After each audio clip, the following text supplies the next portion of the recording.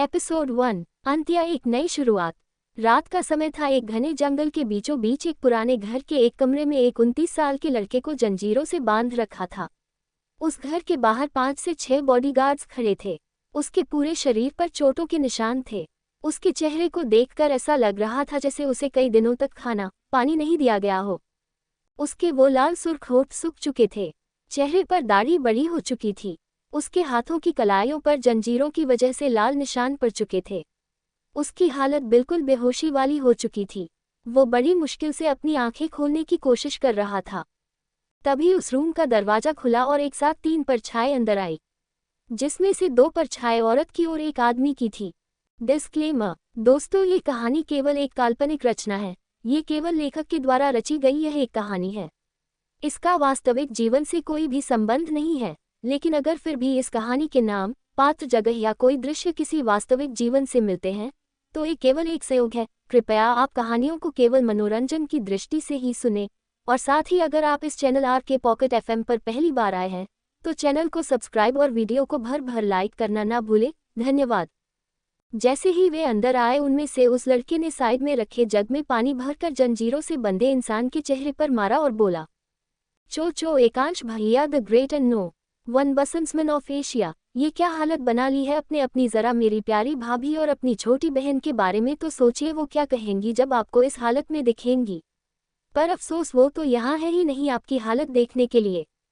एकांश के चेहरे पर पानी गिरते ही वो अपनी नजरें उठा के देखता है तो उसके सामने उसका सौतेला भाई निहाल खड़ा था, जिसे उसने अपनी जान से ज्यादा प्यार किया और जिसकी वजह से उसने अपनी वाइफ को धक्के मार के घर से निकाल दिया था। एकांश ने कहा, कब क्यों किया तुमने ऐसा? मैंने तो तुम्हें हमेशा अपने सगे भाई से बढ़कर समझा था ना। निहाल, उम्र 25। यही तो सबसे बड़ी गलती कर दी आपने। अपने सगे भाई पर विश्वास न करके मुझ सौतेला पर विश्वास किया। पर अब भुग तो कहते ना, गलती की है तो सबक तो मिलता ही है। ऐसा कहकर वो हंसने लगा। हा हा हा हा। और उसके साथ वो 2 औरत भी हंसने लगी। उनमें से एक बोली, ओह कॉमन निहाल बेबी, क्यों अपने बड़े भाई का मजाक उड़ा रहे हो? अब गलती तो इंसानों से ही होती है। मुझे तो शुरू से ही निहाल बेबी से प्यार था, कहकर निहाल के होठ पर बेबी किस कर लेती है। एकांश की ये देखकर मुठियां कस जाती है। दूसरी औरत ने कहा, निहाल बेटा जल्दी करो, हमारे पास टाइम नहीं है और भी बहुत काम है। हम आखिर प्रॉपर्टी मिलने की खुशी में आज पार्टी जो करनी है। एकांश ये सुन के कहता है, रिया, तुम्हें तो मैंने सच्चा प्यार किया था और तुमने तो खुद मुझे अपने प्यार का एहसास दिलाया था ना, मेरी जान बचा के। और फिर उसने दूसरी औरत को देखकर कहा, आपको तो मैंने अपनी माँ की जगह दी थी ना, तो आप ये कैसे कर सकती है? ये निहाल के साथ और कोई नहीं बल्कि एकांश की गर्लफ्रेंड और एकांश की सौतेला माँ नीलिमा उर्फ उसकी मासी भी है। रिया, उम्र 22। ओफो, वो सब तो एक ट्रैप था तुम्हारी प्रॉपर्टी हत्याने का। पहले तुम्हें जाल में फंसाया ताकि तुमसे शादी करके तुम्हारी प्रॉपर्टी हत्या सकूं, पर तुम्हारे उस सो कॉल्ड बाप ने मरने से पहले सारी प्रॉपर्टी उस लड़की के नाम कर दी। इतना ड्रामा करके उस लड़की की इमेज हमने तुम्हारे सामने एक गोल्ड डिगर की बना दी, जिस पर तुमने हमारी बात पर विश्वास भी कर लिया। वो बेचारी तो तुमसे बचपन से प्यार करती थी, बट कहने से डरती थी। उसके इसी डर का तो हमने फायदा उठाया। एकांश को ये सुन के बहुत बड़ा धक्का लगता है। नीलिमा, उम्र 48। इसलिए तो मैंने तुम्हें अपनी कसम देके उससे शादी करवाई थी तुम्हारी, और झूठ कहा था तुमसे कि उसने तुम्हारे बाप से चालाकी से अपने नाम प्रॉपर्टी करवाई थी और तुम्हारे बाप की मौत के पीछे उसका हाथ है। सोचा था कि शादी होते ही प्रॉपर्टी उस लड़की से तुम्हारे नाम होते ही हम तुमसे छीन लेंगे, लेकिन तूने तो ये कह के हमारे अरमानों पर पानी फेर दिया कि तुम्हें उस प्रॉपर्टी में कोई दिलचस्पी नहीं। तो हम कुछ तो करना पड़ता ना। एकांश ने एक तिरछी स्माइल के साथ, फिर भी अब तक तो अवनी यहाँ से बहुत दूर जा चुकी होगी, क्योंकि मैंने उसे घर से जो निकाल दिया था, तो वो प्रॉपर्टी तो आपको मिलने से गई। रिया, चो बेबी, तुम कितने भोले हो। तुम और तुम्हारी वो सो कॉल्ड वाइफ तो एकदम निहायती बेवकूफ़ है। एकांश उसके ऐसा कहने पर चौंक गया और समझने की कोशिश करने लगा। नीलिमा, दिमाग पर ज़्यादा जोर देने की ज़रूरत नहीं है, हम अभी उसे ही अपने रास्ते से हटाकर आए हैं, और तुम्हारी लाडली बहन को भी। एकांश के चेहरे पर डर आने लगा, क्या किया तुमने उसके साथ? निहाल, जान से मार दिया बेचारी भाभी को। जैसे कहा कि आपको उनकी नाम की हुई प्रॉपर्टी चाहिए तो उन्होंने झट से पेपर पर साइन कर दिए, और उसके बाद हमने उन्हें इस दुनिया से टाटा बाय बाय कह दिया। और जिया, एकांश की बहन, वो रास्ते में आ रही थी तो उससे भी मार दिया। अब वो प्रॉपर्टी आपके नाम हो गई और आपके मरने के बाद हमारी। बेचारी, उन्होंने तो मुझे सेड्यूस करने की कोशिश ही नहीं की थी, माँ ने तो आपसे झूठ कहा था और अपने विश्वास कर लिया। RK pocket FM, likes and subscribe. Ekansh जैसे ही ये सुनता है कि अवनी की मौत हो गई है, उसके आंखों से एक आंसू की बूंद निकलती है। ये सुन के कि वो उससे बचपन से प्यार करती थी और उसने उसे इतना भला बुरा कहकर घर से निकाल दिया था। उसे तो उस प्रॉपर्टी का कोई लालच नहीं था, बल्कि लालच तो उसके अपनों का ही था। एकांश को रोता देख तो वो तीनों भी एक पल के लिए शॉक हो गए, क्योंकि एकांश कभी अपने इमोशन किसी के सामने नहीं दिखाता था। वो हमेशा एक सख्त पर्सनैलिटी वाला इंसान रहा है। एकांश की आंखों में अचानक बहुत गुस्सा आ गया। वो अपनी नफरत भरी निगाहों से अपने सामने खड़े तीनों को घूर घूर कर देख रहा था। गुस्से से उसकी नसें कस गई थी। नीलिमा ने देखा तो वो भी एक पल के लिए डर गई। उसने निहाल से कहा, अब जल्दी से इसका किस्सा खत्म करो ताकि हम चैन से जी सके। नीलिमा के ये कहते ही निहाल ने अपनी जेब से गन निकाली और कहा, गुड बाय भैया फॉरएवर। ये कहते हुए ही एकांश के सिर के बीचों बीच और उसके सीने पर 3 गोलियां चला दी। एकांश अपने मन में, शायद यही मेरा अंत था। I am sorry wifey and बच्चा, मेरी वजह से तुम दोनों को अपनी जान गंवानी पड़ी। अगर मुझे एक और मौका मिलता तो शायद मैं अपनी गलती सुधार लेता। क्यों भगवान, आखिर मैंने सोतेलों को अपना मानकर क्या गलती कर दी? मैं इन सब से अपना बदला लेकर रहूंगा। कहते हुए उन तीनों को अपनी धुंधली आंखों से उन्हें जाता हुआ देखने लगा और धीरे धीरे उसकी आंखें बंद हो गई। एपिसोड 2, दूसरा मौका। एक आलीशान कमरे में एक लड़का बेड पर सो रहा था। तभी वो चिल्लाते हुए उठा। नहीं। वो लड़का अपने आसपास देखता है तो वो हैरान हो जाता है। वो खुद से कहता है, क्या मैंने जो देखा वो एक सपना था? नहीं नहीं, मैंने उसे फील भी तो किया है। कहते हुए अपने पूरे शरीर को छूकर देखने लगता है और वो चौंक जाता है कि वो बिल्कुल ठीक है। उद्धरण चिन्ह। वो अपने पास पड़ा फोन उठाता है तो डेट देखकर हैरान हो जाता है। 5 नवंबर 2023। वो 6 महीने पहले की डेट देखकर हैरान हो जाता है। उसे याद आता है कि आज उसकी शादी को पूरे 4 महीने हो गए थे। वो लड़का खुद से, क्या मेरा पुनर्जन्म हुआ है? क्या ये सच है? मैं जिंदा हूँ? हाँ, मैं जिंदा हूँ और अब अपने साथ हुए हर एक धोखे का बदला लूंगा। किसी को नहीं छोड़ूंगा जिन्होंने एकांश सिंघानिया को बेवकूफ़ बनाकर मौत के घाट उतारा था। अब मेरी बारी है अपने धोखेबाजों को मौत के घाट उतारने की। उद्धरण चिन्ह। कहते हुए वो एक डेविल स्माइल करने लगता है। जी हाँ, ये एकांश सिंघानिया है जिन्हें किस्मत से दूसरा मौका मिला है अपने साथ की हुई नाइंसाफी का बदले लेने के लिए। एकांश उठ के वॉशरूम जाता है। वो शॉवर को ऑन करके उसके नीचे खड़ा हो जाता है और खुद को शीशे में देखने लगता है। उसकी वो परफेक्ट मस्कुलर 6 पैक्स वाली बॉडी पर इस वक्त कोई घाव नहीं थे। एकांश अपनी आंखें बंद करके याद करने लग जाता है कैसे उसने अपनी वाइफ और बहन पर भरोसा न करके कितनी बड़ी गलती की जब उन्होंने एकांश से कहा था कि रिया और निहाल का चक्कर चल रहा है।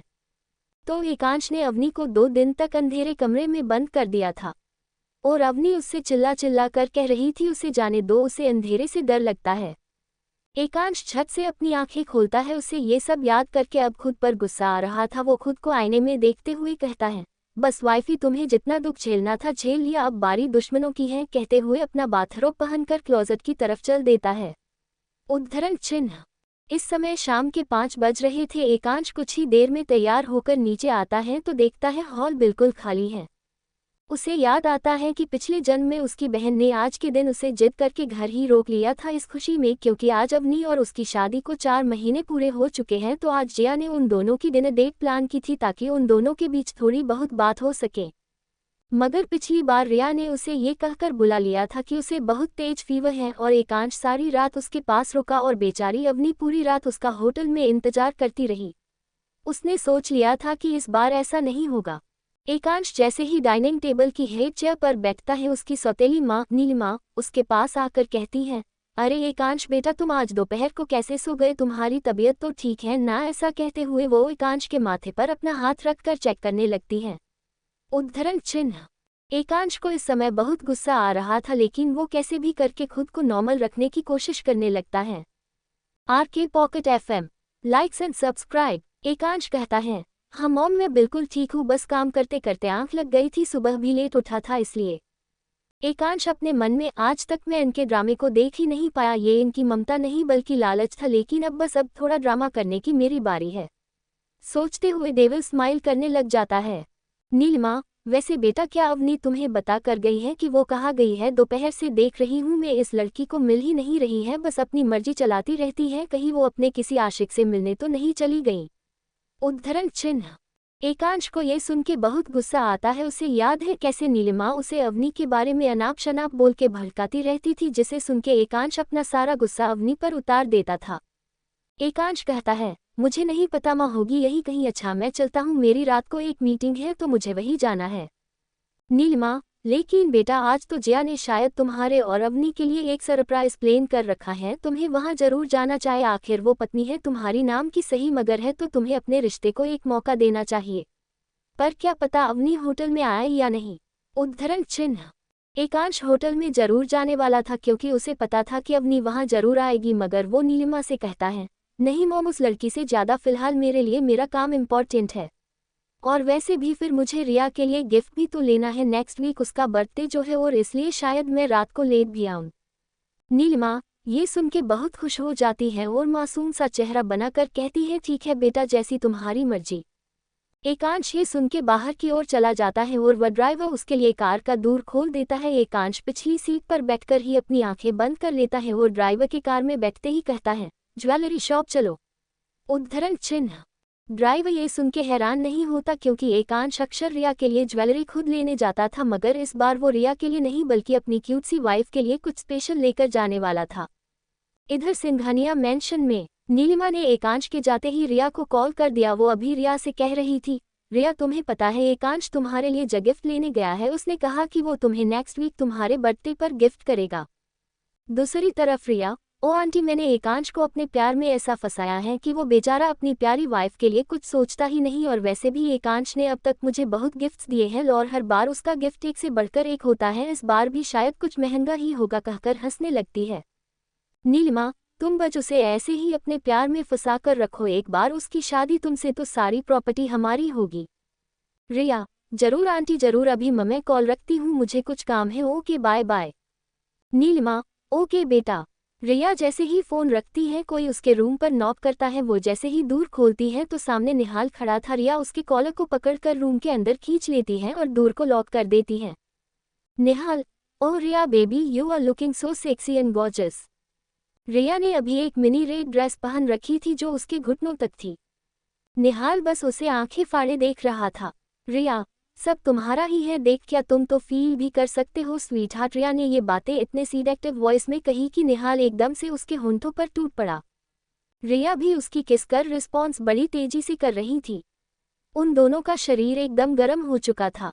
लगभग 10 मिनट के बाद निहाल ने रिया के हॉट को छोड़कर उसकी गर्दन पर हॉट रख दिए और उसके बॉडी के निचले पार्ट को सहलाता हुआ बेड पर लेकर बैठ गया।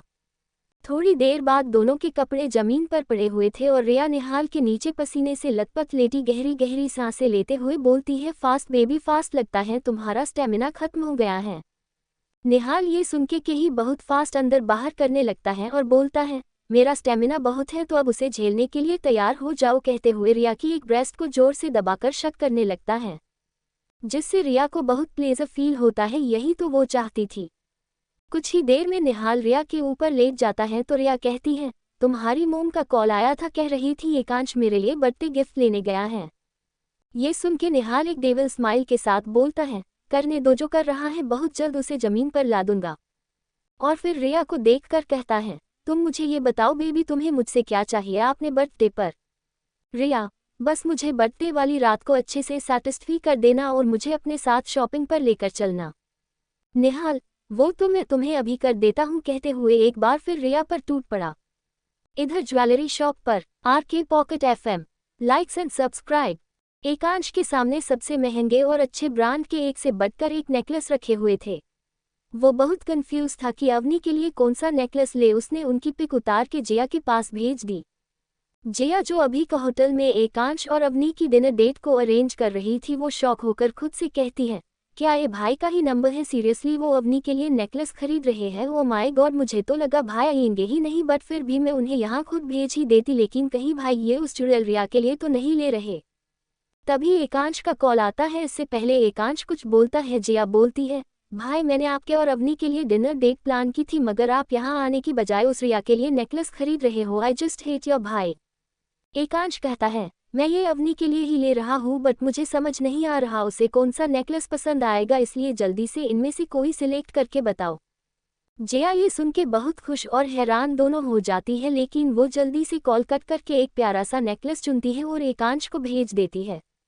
जब एकांश देखता है तो उसे जया की पसंद बहुत पसंद आए। अब एकांश को क्या पता, कोइंसिडेंटली एकांश ने उस नेकलेस की फोटो भेजी जो थोड़े दिन पहले अवनी ने जया को फोटो दिखाई थी, लेकिन प्राइस टैग देखकर उसने लिया नहीं था। रात के 7 बज चुके थे। होटल ब्लू माइंड में टेरेस पर एक लड़की रेड साड़ी पहने, हाथों में रेड चूड़ियां और माथे पर बिंदी, सिंदूर और गले में मंगलसूत्र पहने खड़ी थी। उसके वो पतले होठ फड़फड़ा रहे थे और उसके बाल हवा में लहरा रहे थे। वहां की लाइट डेकोरेशन उसकी खूबसूरती को बढ़ा रहे थे। तभी एक लड़की उसको पीछे से हक करके कहती है, ओह माय गॉड अवनी, तुम तो बिल्कुल परी लग रही हो। अगर मैं लड़का होता ना तो तुमसे शादी कर लेती, बट अफसोस अब तो तुम किसी और की हो। अवनी और जया बेस्ट फ्रेंड्स है, दोनों एक ही कॉलेज में पढ़ती है और दोनों ही डिज़ाइन कोर्स कर रही है, दोनों एक ही उम्र की है 22। जया ये देखकर बहुत खुश हुई थी जब एकांश और अवनी की शादी हुई थी। वो पहले से ही चाहती थी कि एकांश की शादी अवनी से हो। कोष्टक अवनी उसकी बात सुन के बोलती है, किसी और की नहीं बल्कि तुम्हारे भाई की है। ये बोलते हुए उसके गाल एकदम कश्मीरी टमाटर जैसे हो गए थे। जया, ओए होए भाई की।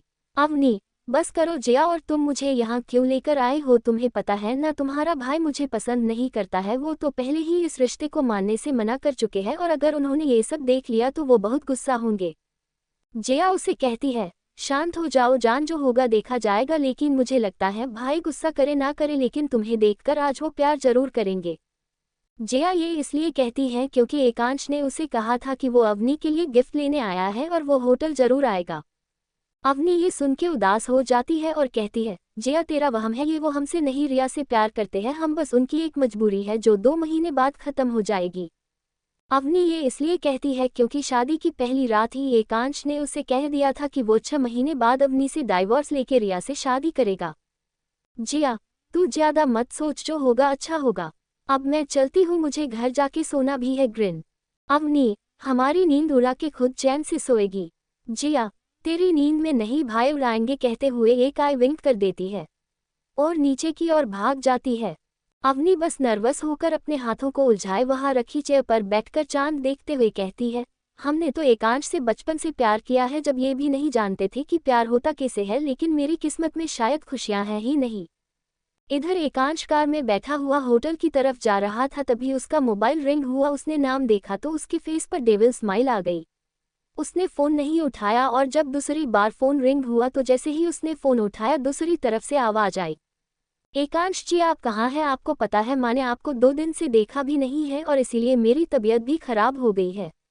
मुझे बहुत तेज फीवर आया है, प्लीज़ जल्दी से आ जाए, मुझे आपकी बहुत याद आ रही है।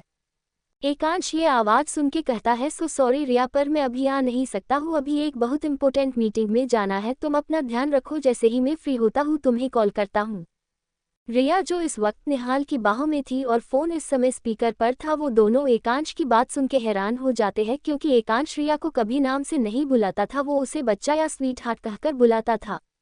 रिया कहती है, एकांश अब आप मुझे पहले की तरह प्यार नहीं करते, जब से अवनी आपकी जिंदगी में आई है आप तो मुझे भूल ही गए हो। अगर ऐसा है तो मैं आपको छोड़कर हमेशा के लिए चली जाती हूँ, आप बस एक बार मुझे कह दो। इधर एकांश गुस्सा था लेकिन अपने आप को शांत करके कहता है, ऐसी बात नहीं है, मीटिंग सच में बहुत इंपॉर्टेंट है और वैसे भी मैं ये सब हमारे फ्यूचर सिक्योर करने के लिए ही तो इतनी मेहनत कर रहा हूँ ना। मैं निहाल को कॉल करके कहता हूँ कि वो अभी डॉक्टर को लेकर तुम्हारे पास आए। ओके। ऐसा कहते ही एकांश कॉल कट कर देता है और निहाल का नंबर डायल करता है। एकांश को पता था कि निहाल अभी रिया के साथ ही है, उसने होश में आने के बाद ही अपने आदमियों को इन दोनों पर नजर रखने के लिए ऑर्डर दे दिया था। इधर रूम में रिया ने फोन रखा ही था कि निहाल का फोन बजा। उसने देखा एकांश का कॉल आ रहा है तो उसने रिया को चुप रहने का इशारा किया और कॉल पिकअप करके स्पीकर पर कर दिया और बहुत प्यार से बोला, जी भाई कहिए। एकांश मन में, कभी इस भाई को भाई तो नहीं माना तुमने। निहाल स्वीटहार्ट की तबीयत खराब हो गई है, क्या तुम उसके पास जा सकते हो डॉक्टर को लेकर? एक्चुअली ने एक बहुत इंपॉर्टेंट मीटिंग में फंसा हूँ। निहाल, हाँ भाई आप कहो तो जान दे दो। कोई बात नहीं, मैं उनका ख्याल रख लूंगा, आप अपनी मीटिंग अच्छे से अटेंड करना। ओके। एकांश अब कहकर कॉल कट कर देता है। एकांश खुद से इतनी आसानी से मौत नहीं मांगूंगा तुम्हारी। दूसरी तरफ रिया के फ्लैट पर, ये फ्लैट एकांश ने ही उसे गिफ्ट किया था। रिया निहाल से कहती है, पहले मुझे लगा कि इसने मेरे नाम से बुलाया है और मुझसे मिलने से मना कर दिया तो कहीं प्यार तो खत्म नहीं हो गया मुझे, बट जब तुमसे कह कि स्वीट हार्ट का ध्यान रखना तब जाके दिल को चैन मिला। निहाल उसके ऊपर आकर किस करते हुए कहता है, टेंशन मत लो बेबी, हमारा प्लान इतनी आसानी से बर्बाद नहीं होने दूंगा मैं। और वैसे भी जब वो मीटिंग करेगा तो हमारा ही फायदा होगा, जितना पैसा आएगा आखिर बाद में तो हमारा ही होगा। एपिसोड 3, एक सॉफ्ट किस।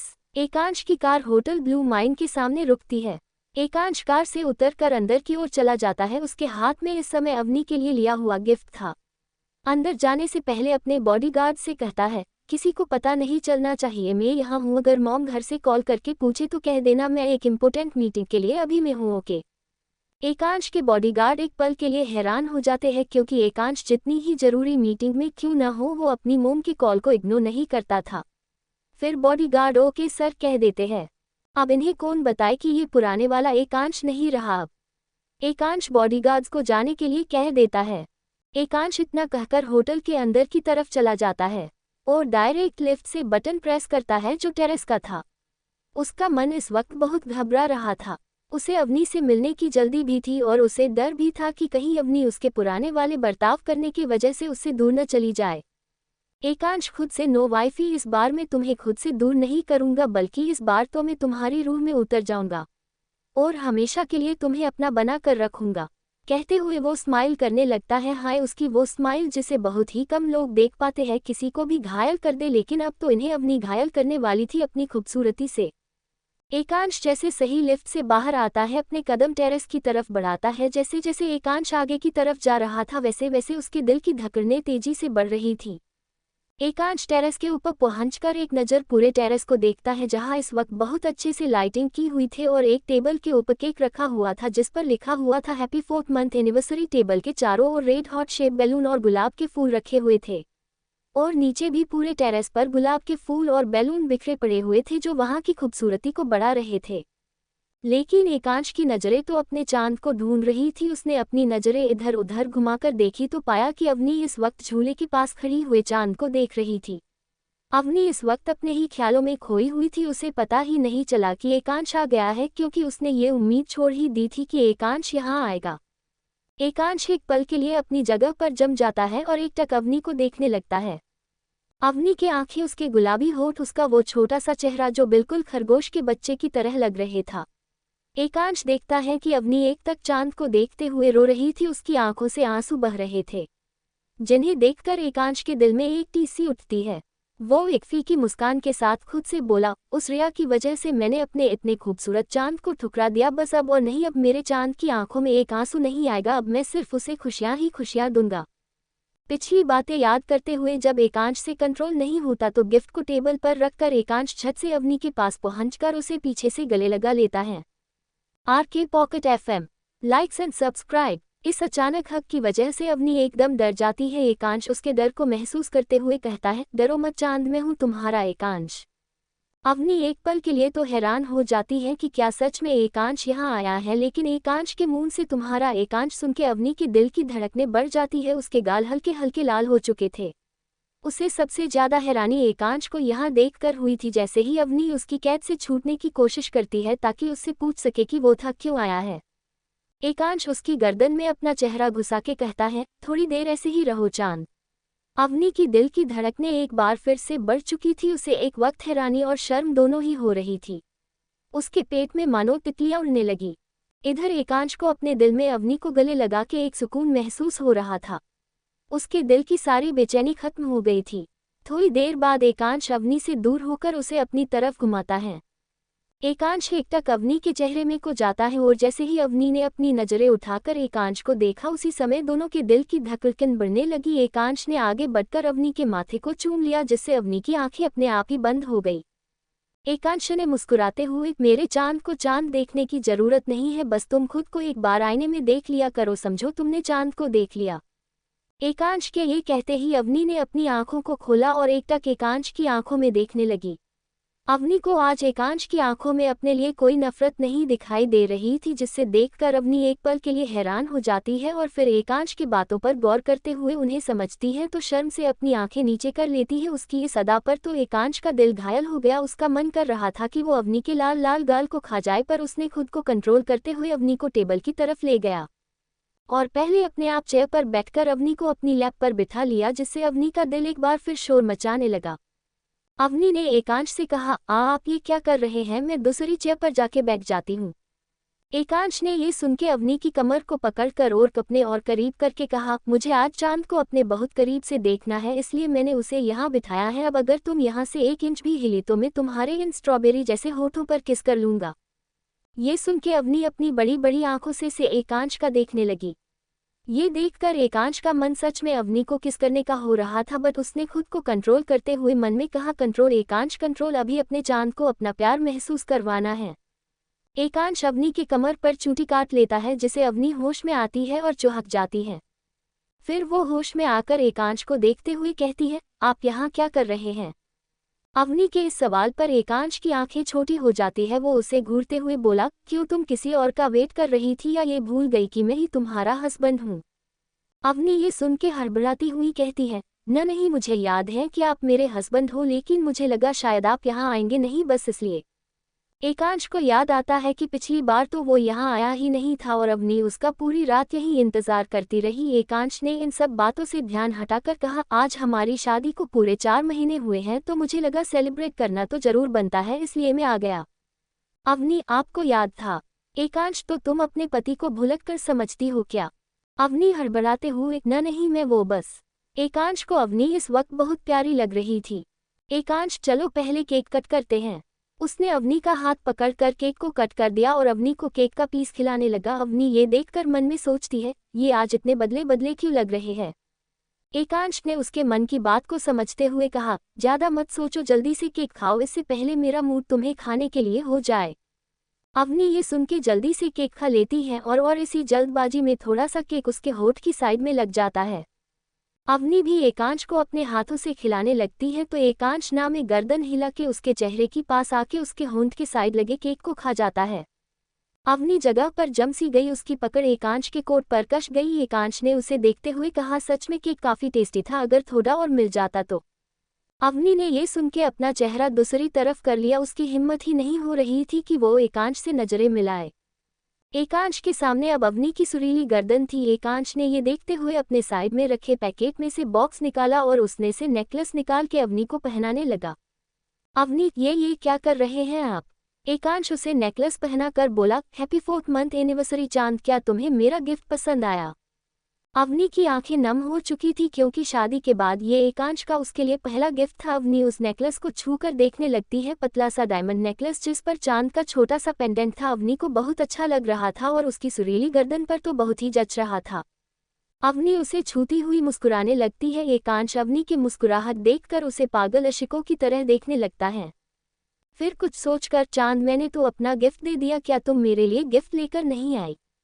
अवनी ये सुन के चुप हो जाती है। सच तो ये था कि अवनी को लगा नहीं था कि एकांश यहाँ आएगा, इसलिए वो एकांश के लिए कुछ लेकर ही नहीं आई। अवनी, सो सॉरी, मैं कोई गिफ्ट लेकर नहीं आई, मुझे नहीं लगा था आप आओगे इसलिए। ये सुन के एकांश का चेहरा मुरझा जाता है। वो कहता है, कोई बात नहीं बीवी, तुम अब मुझे मेरा गिफ्ट दे दो। अवनी, पर मेरे पास अभी तो कुछ नहीं है, मैं अभी आपको क्या दे सकूं। Episode 4, divorce. एकांश अवनी को हाँ करता देख कहता है, ठीक है, फिर मुझसे एक वादा करो कि मुझे कभी छोड़कर नहीं जाओगी, मुझे यही चाहिए, बस कहते हुए अपना हाथ अवनी के ओर कर देता है। अवनी ये सुन के हैरान और खुश हो जाती है, लेकिन फिर कुछ सोचकर कहती है, आप ये सब क्यों कर रहे हैं, आपका यहाँ आना और ऐसी बातें मुझे कुछ अजीब लग रहा है। एकांश, चांद, तुम मुझे मेरा गिफ्ट दोगी या नहीं। अवनी कुछ सोचकर एकांश के हाथ में जैसे ही अपना हाथ रखने को होती है, तभी टेबल पर रखा हुआ एकांश का मोबाइल रिंग करता है। उस पर फ्लैश हुए नाम को देखकर अवनी के हाथ अपनी हवा में ही रुक जाता है और उसकी आंखें नम हो जाती है। एकांश जब फोन की ओर देखता है तो उस पर रिया की कॉल आ रही थी। ये देखकर एकांश गुस्से से अपनी आंखें बंद कर लेता है और अपनी आंखें खोलकर जैसे ही जल्दी फोन कट करने लगता है, जल्दबाजी में उससे फोन रिसीव हो जाता है, जिससे दूसरी तरफ से आवाज आती है, एकांश, थैंक यू मेरी इतनी केयर के लिए। आपने मेरे लिए निहाल को डॉक्टर के साथ भेज दिया। डॉक्टर ने मेरा चेकअप कर दिया है और मैंने ये बताने के लिए ही आपको कॉल किया था कि अब मेरा फीवर थोड़ा कम हो गया है। तो आप अपनी मीटिंग पर अच्छे से कंसंट्रेट करना। ओके, मेरी फिक्र करने की ज़रूरत नहीं है, अब मैं पहले से ज़्यादा ठीक हूँ। I love you so much, bye, take care कहकर रिया कॉल कट कर देती है। अवनी एकांश के पास ही बैठी थी, इसीलिए उसने रिया की सारी बातें सुन ली। उसकी आंखों से बेहिसाब आंसू बहने लगते हैं। एकांश को ये देखकर रिया पर बहुत गुस्सा आता है। एकांश जैसे ही कुछ कहने वाला होता है, अवनी उसकी गोद से उठकर एकांश की तरफ रोते हुए कहती है, अब मैं समझिया आप यहाँ जानबूझकर आए हैं, ये आपका कोई नया प्लान है मुझे चोट पहुँचाने के लिए। पहले मुझे प्यार का नाटक करेंगे और फिर मुझे छोड़कर अपनी गर्लफ्रेंड से शादी कर लोगे। मेरे दिल के साथ खेलना चाहते हैं आप। मैं ही पागल थी जो कुछ पल के लिए बहक गई थी। मुझे तो ये भी याद नहीं रहा कि हमारी शादी के 2 महीने बाद ही आप मुझे डाइवोर्स दे दोगे, ये आपने खुद मुझसे कहा था। मैं कैसे भूल गई कि आपको तो सिर्फ ये लगता है कि मैं सिर्फ पैसों से प्यार करती हूँ और मैंने आपके पापा से बड़ी चालाकी से आधी प्रॉपर्टी अपने नाम करवाई है। मुझे खुद नहीं पता कि पापा ने क्यों इस प्रॉपर्टी को मेरे नाम किया था। अगर आपको प्रॉपर्टी ही चाहिए तो मुझे बता दीजिए, मैं अभी पेपर्स पर साइन करके आपके नाम कर दूंगी। पर प्लीज़ ऐसे प्यार करके मेरे दिल के साथ मत खेलिए, मुझसे बर्दाश्त नहीं होगा। मैं आपको हमेशा के लिए छोड़कर चली जाऊंगी, पर प्लीज़ अब मेरे दिल से मत खेलिए। एकांश को ये सुन के बर्दाश्त नहीं होता कि अवनी उसे छोड़कर चली जाएगी। वो उसके लिए दोबारा जन्म लेकर आया है और अवनी उसे छोड़ने की बता कर रही है। उसे बहुत गुस्सा जाता है। वो खड़ा होकर अवनी के पास जाता है और उसकी कमर को पकड़कर उसे अपने पास लाकर बहुत गुस्से से कहता है, सोचना भी मत कि अब तुम मुझे छोड़कर जाओगी और मैं यहाँ कोई खेल खेलने नहीं आया हूँ, बल्कि अपनी मर्जी से आया हूँ। मुझे अपनी गलती का एहसास है कि मैंने आज तक तुम्हारे प्यार को समझा नहीं और हमेशा तुम्हें गलत समझता रहा, लेकिन अब तुम भूल जाओ कि तुम मुझे छोड़कर कहीं जाओगी और कैसे जाओगी मुझसे छोड़कर। तुम तो मुझसे बचपन से प्यार करती हो, न रह पाओगी मेरे बिना अकेली। अवनी ये सुन के शौक हो जाती है कि एकांश को कैसे पता चला कि अवनी उससे बचपन से प्यार करती है। एकांश को भी कहाँ मालूम था, वो तो उसके मरने से पहले ही जाना था। अवनी, ये बात आपको कैसे पता? एकांश, वो सब छोड़ो और मेरी बात कान खोल कर सुनो। अब ना ही तो मैं तुम्हें डाइवोर्स देने वाला हूँ और ना ही तुम्हें मुझसे दूर जाने दूंगा, समझी? एकांश ने ये बातें इतनी जोर से कही थी कि अवनी भी डर जाती है। एकांश, अब मुझे पता चल चुका है कौन मेरा अपना है और कौन पराया, इसलिए मैं तुम्हारे साथ कोई खेल नहीं खेल रहा हूँ, बल्कि अब खेल तो मेरे दुश्मनों के साथ खेलूंगा। कहते हुए डेविल स्माइल करने लगता है। RK pocket FM, likes and subscribe. और फिर अवनी को देखकर तुम मुझसे वादा करो, बस चाहे जो हो जाए तुम मुझे किसी भी सिचुएशन में मुझे अकेला छोड़कर नहीं जाओगी।